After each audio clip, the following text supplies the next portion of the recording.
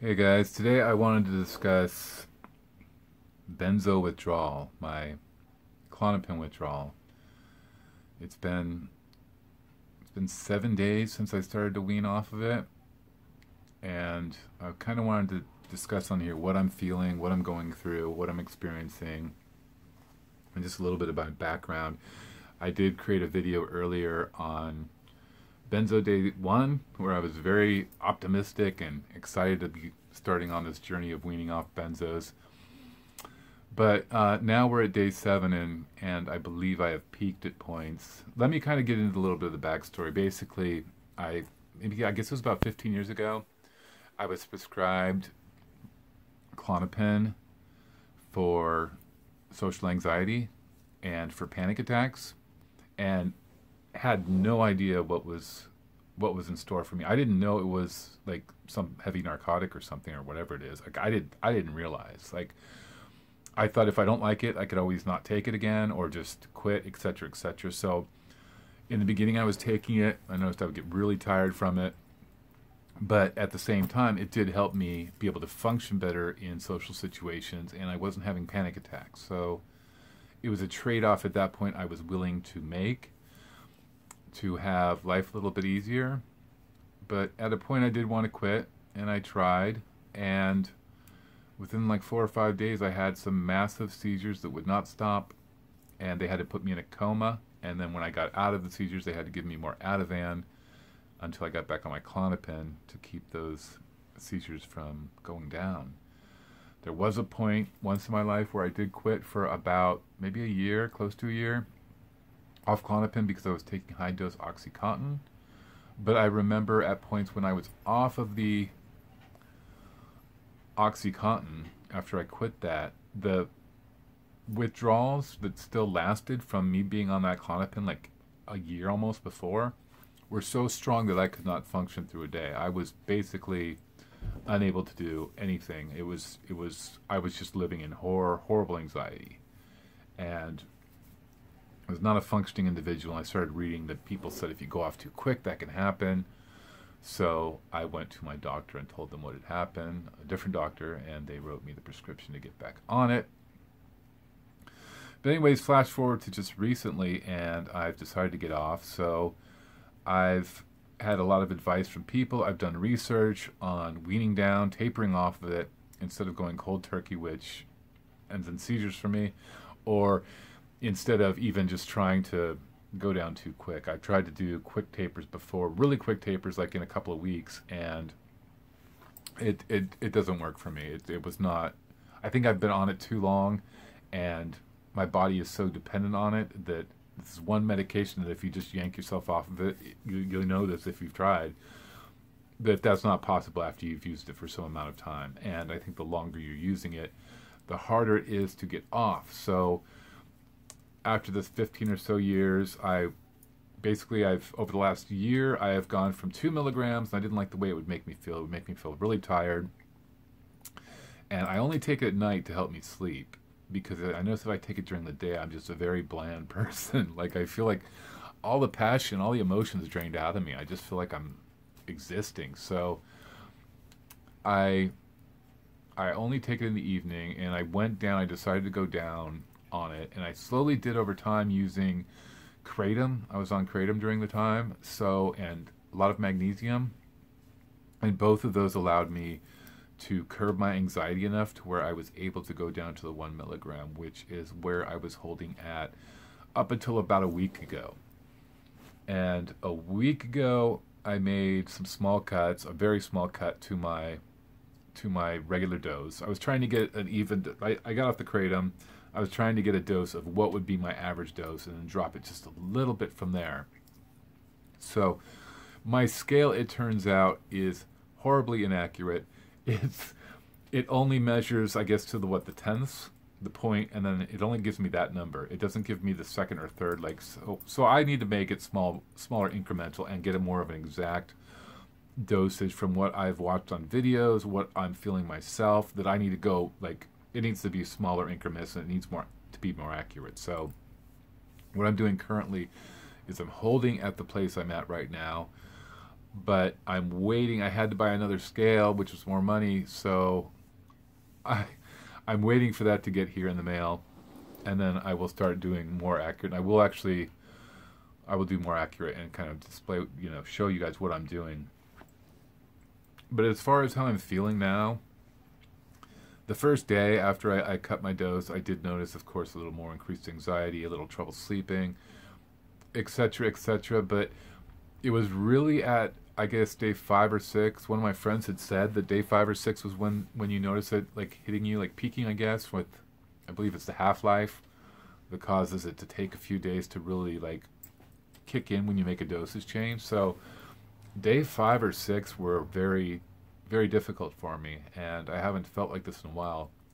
I think I've always been kind of in a mild withdrawal state just because my body was so tolerant to the medication, especially after going down a milligram. I feel my body was so tolerant to it that I was in a constant state. I had that akathisia, I believe it's called, where your body is constantly needs to be in motion. I could not sit still. It gets uncomfortable to sit still for too long. I've looked around at other people sitting somewhere, and I'm watching how I'm constantly moving. My legs are shifting, this and that. I just can't get comfortable. But they can. Like, I don't understand how other people are able to just sit there. And I remember I used to be able to just sit there and not have some kind of movement going on and just be comfortable. But at this point now, I'm uncomfortable just in any position. Any position I have to move again. I have this inner trembling that's constantly going on. That has increased lately with this, I think I'm on day 7 today. I think it's day 7.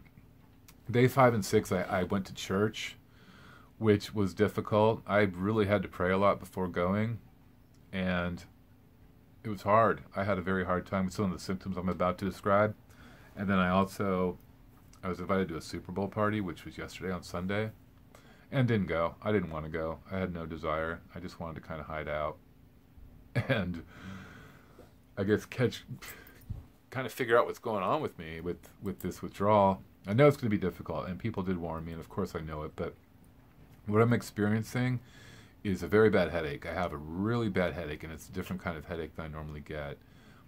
But I recognize it as this benzo headache, this kratom withdrawal headache, or Klonopin withdrawal. I'm sorry, and I might say kratom meaning Klonopin a lot. I apologize. I make a lot of videos on kratom. But I've noticed this headache, and I've also noticed I clench my teeth, which I've always had a problem with, but it kind of been under control lately, and now it's coming back as I'm going down on the Klonopin. And then this head pressure, which is very intense, like behind my eyes, and it's causing me, I think, kind of vision problems as well. I'm noticing that the akathisia, I believe is how you pronounce it. I'm not sure. That has increased. I'm very fidgety, very moving around, blah, blah, blah. And I have, of course, increased anxiety. I've had trouble sleeping, falling asleep at night. I'm used to taking the Klonopin about an hour before I go to sleep, and now without that as that crutch, it's been difficult. I've been using melatonin. I've been using some other supplements. I take my magnesium right before I go to bed at night, but sleep has become a bigger issue for me. It never was before. I could take my Klonopin and just knock out like pretty quick, and now I'm having trouble with that. I'm staying, I'm almost at points watching the sun come up, just going like, wow, I'm not gonna sleep tonight. So bad insomnia has been going on. Also, I'm having chest pain from this. It's just like a pressure in my chest as well as in my stomach, and it's that anxious feeling, that anxiety feeling that I'm getting very strongly.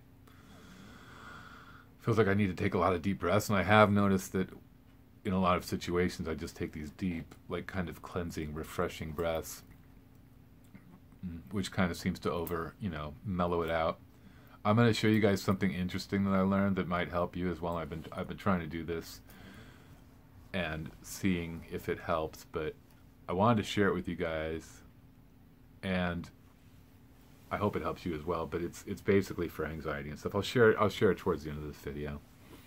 But another thing that I've noticed, is the anxiety's increased, stomach pain, chest pain, and having a lot of trouble being in public now.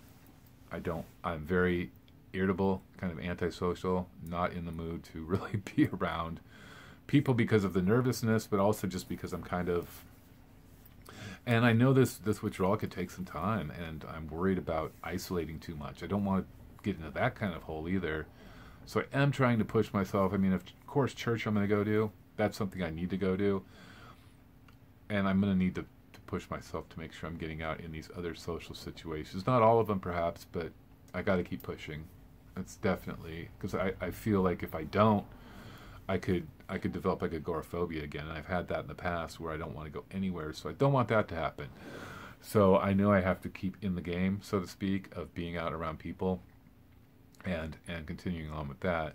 I want off this really bad. I have for a long time now, and just realizing how it's interfering with my relationship with God, how it's changing my personality, how I'm dependent on it, how it clouds my thinking and my thought. I'm not willing to do that anymore, and I felt led to really clean up my life. And this is one thing I thought my doctor told me, you won't ever be able to get off because of seizures, but I disagree, and I'm going to try anyways. I'm obviously not giving this as medical advice to anybody to do this. That's something between you and your doctor. I'm not a doctor. But just in my case, I've decided I'm going to do this very slowly so I don't have seizures. I do kind of know what it feels like before I'm going to have a seizure, so I know what that feeling feels like, and I haven't gotten there. It's just anxious, and I've gone slow enough to where I won't. So, please don't worry about that. I'll be all right. I am going slow enough, but yeah, I definitely want off of this. I've been using a lot of prayer. God at one point healed me from an illness that was sustained from an antibiotic Levaquin, so I believe that if he wants to take this away as well, he can. He can take all the withdrawals away, and I'll just go off if that's the case. But that hasn't happened yet, and I know that he wants me to be responsible as well and make sure that I don't die or whatever, have any problems. I don't want to have, brain issues because I've had seizures and I can't think clearly anymore. So I am taking my time going down, but prayer has been extremely helpful, and I know that God is with us and God will fight for us. So that has been helpful. That's helped me keep my mindset right, and knowing ultimately that's what I'm working towards, is to be off of this so that I have a clear mind with God, and then I'm dependent on nothing but Him. Amen. All right. So throughout this journey, I will continue to update. I wanted to update right now just because I feel it's at the 7-day mark, and that's like kind of this 5, 6, 7-day mark is kind of crucial, where I'll wait on this to get balanced out, and then I will I'll take my next dip down after I've kind of balanced out on this a little bit more. But I will continue to update, so please subscribe if you haven't already. There's also some things that I could really use to help me out on this. L-theanine is one thing that's really been strongly recommended for use while withdrawing. And since primarily this ministry is what I'm doing right now, this is my work, I don't know if it's a Klonopin or what, but I have a lot of mental clarity issues. I used to be a writer, and I put a lot of people need help on this with kratom and different things, so I've been helping a lot of people. I need to start trying to write again too, but every time I try to, my mental issues are in the way. I hope I'm not disabled from this, because I really do want to get something going. I know I've been able to do the ministry, this thing, and help people, but I really need to get something financially going, and it's just the writing is giving me a lot of difficulty, and I hope that this isn't a Klonopin disability. That would really be sad to me, like that I would have to.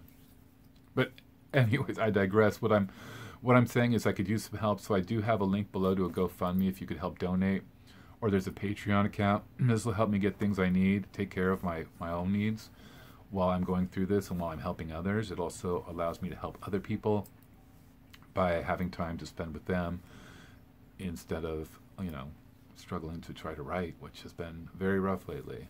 I just can't get my mind right. And physical labor, I was injured, so I have a problem. But anyways, please consider donating if you feel so led in the link below. It's very helpful. There's so many people that have donated recently that have allowed me to buy the scale to do this, that have allowed me to do other things I need to go through this withdrawal. So I really appreciate that, guys.